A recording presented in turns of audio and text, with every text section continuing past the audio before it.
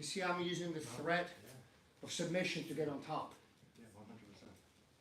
So I don't really care if I'm on the top or bottom. Right. How much time? 30 seconds. Oh, 30 seconds. All right.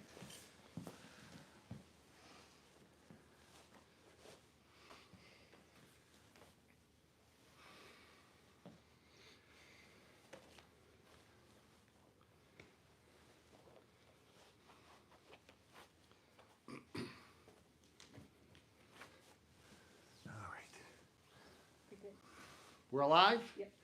What's up, guys? Welcome to episode 25. We're live from Butler, New Jersey. This is David, one of my brown belts.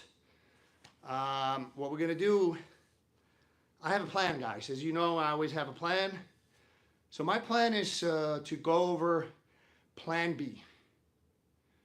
You always, especially at the higher levels, when you attack, you always need to have a plan, or even if you're defending, you still need to have a plan B because plan A may not work. So if you have plan B, and then potentially, especially at the higher levels, even more so, you need to have a plan C because people at high levels tend to be able to defend the first attack. Sometimes no, sometimes you just surprise them and it's done. But you cannot rely on one and done because if it doesn't pan out, now you're in trouble. So what I was thinking about is going over sort of failed guillotines, arming guillotines, into arm bars, which is kind of an interesting combination because most people don't see it. I use it all the time. It works very effectively. It works gi or no gi. So this concept is even more sort of appropriate for no gi. But you know, we got a nice contrast in the colors, so it's going to be good to illustrate that. Unless you guys know the format, live questions take priority. So what say you? Plan B and C. Plan B and C it is. Okay. So guys, let's look at sort of how we set up a guillotine. There's a lot of different ways you could set it up, okay? We could set it up from standing and we snap the guy down into a turtle. You can do it defensively where the guy's coming in for single or even double leg. It's got to be you got to kind of set up his double leg in a way that does not control the opposite leg of the choking arm. But what we're going to do is we're going to actually do it from an open guard.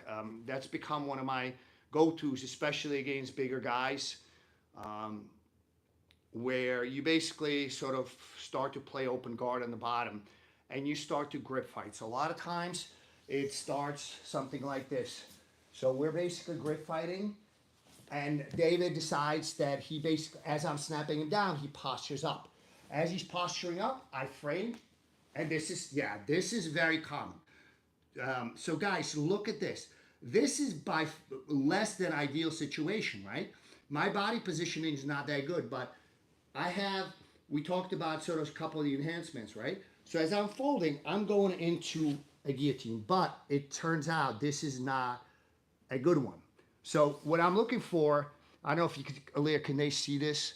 I basically got a butterfly hook to basically sweep him. So in order for David to reestablish his base, he starts to sink his weight back and tries to posture out of the guillotine. As he does, voila, we have short arm bar. This is very common, guys. Anytime I'm drilling, you know, if I'm teaching guillotine, it could be from turtle. So anytime, usually when the guy's turtle, he's going to try to take you down. So as you're wrestling up, he's trying to wrestle you back down. So as I'm going for the guillotine, and I usually make the guy tap, and then he postures out, and we got short arm bar. This is a very common sequence. This is, so the short arm bar is plan B, okay? Now, you know with the short arm bar, it's either you get that or you have usually the higher level guys, you can see David is turning quite far away. There's, you know, that grip on my left side slows down his ability to turn hard away. But even if he does, he's giving you omoplata. The most important aspect of sort of your game at purple and above should be once you sort of attack, you need to continue it. You cannot be back and forth. When you back and forth, it's uncertain. The outcome is uncertain. You don't know who's going to prevail. When you're playing with things, you know, with and you kind of don't have them well honed, that's okay. But sometimes what happens is, if you're going back and forth, it means you're not you don't have a plan B. You had a plan A, it got taken, or it got taken away from you, and now you're on the defensive. Now again, you get back to the offensive, you get the momentum back, and then now again, you try something and he takes it away from you. That means that you need to train more. That means you need to get better because it's inadequate. It's your follow-ups are not good enough. So if we don't have any questions on this, and guys, again, as you know, on the app, we go into greater detail on this. Freedom On had a comment. Who? Freedom On.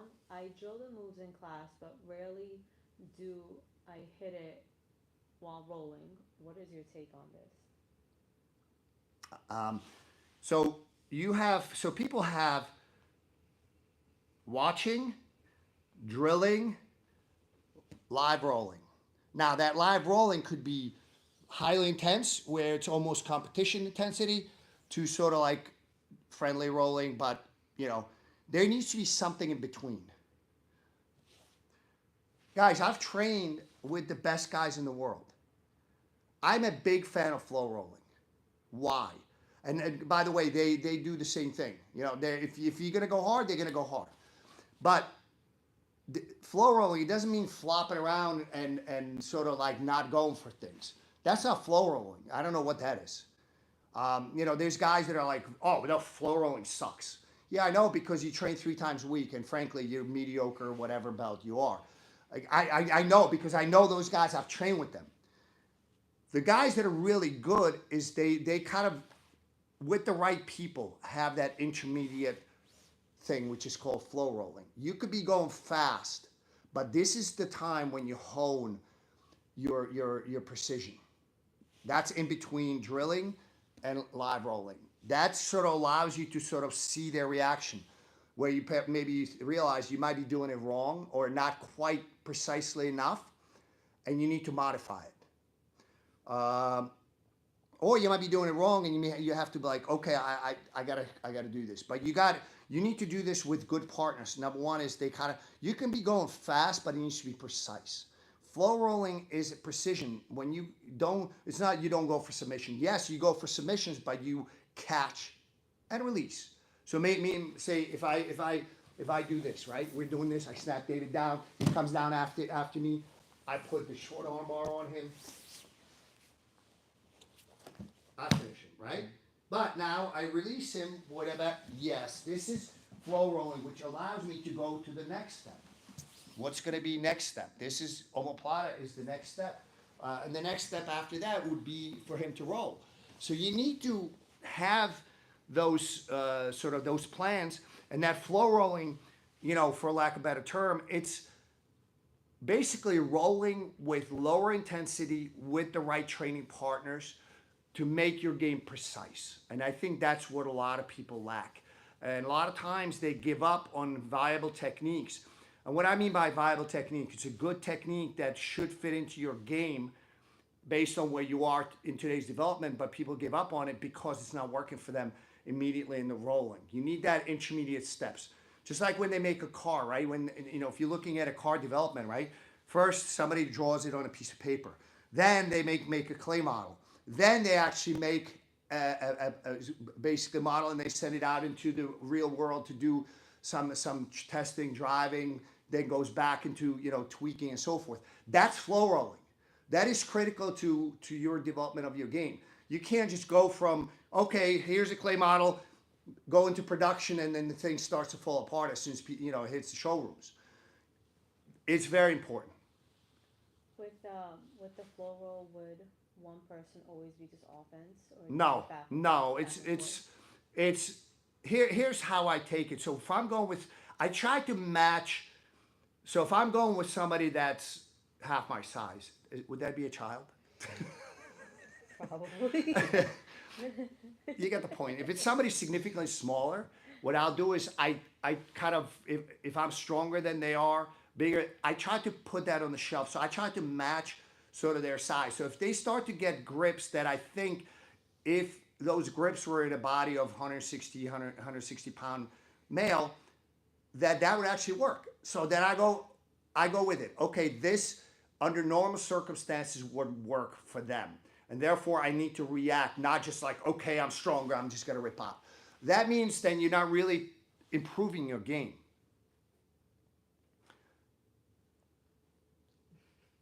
We can. Nicole said child here.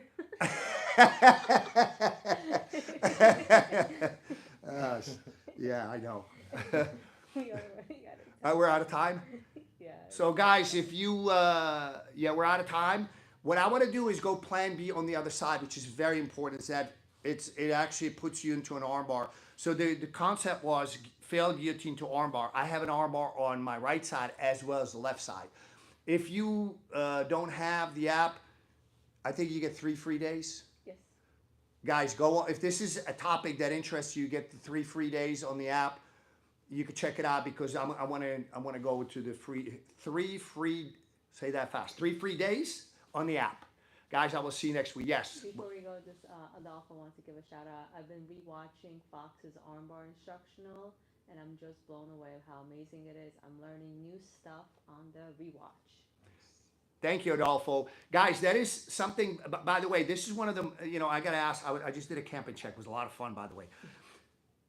One of the questions was like, what is some of the, big things, where somebody said something or you realize something which had a big impact on your game.